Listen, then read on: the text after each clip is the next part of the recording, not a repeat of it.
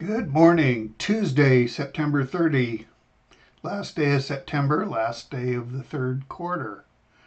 Some extra interesting political stuff coincides with that. So, quick recap and look at a couple of economic things.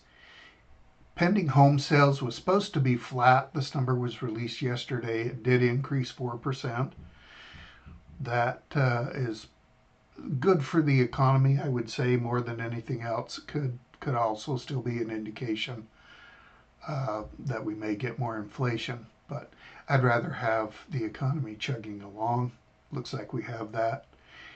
Today, and I mentioned these yesterday, we've got more information on housing, more information on the economy, job increase, consumer confidence forecast to be down. We'll see how all of those numbers turn out. But the bigger one that I wanted to talk about is a fear of a government shutdown. Now, those who've been around for a while, this isn't the first time that we have had our backs against the wall facing a potential government shutdown because our fearless leaders could not agree on a budget or increasing the level of financing to keep this going. Each side will use it as a bargaining chip. Think back to the last time that we actually did have a government shutdown that one side called the other one's bluff. What happened, what I recall happening last time is that it was not that big. The world kept spinning. Some government workers that were considered non-essential, park rangers and things like that come to mind. They didn't get paid for a while. Then when an agreement was made a few weeks later, they got everything back, including their back pay. So they ended up just getting a brief paid vacation, although it was paid a little bit later on. I don't know if that'll happen this time or not. I have no idea what will happen. We have until midnight tonight for our fearless leaders to figure this out. There was a stopgap bill passed to have funding until I believe it was November 21st. It was passed by the House. It failed in the Senate.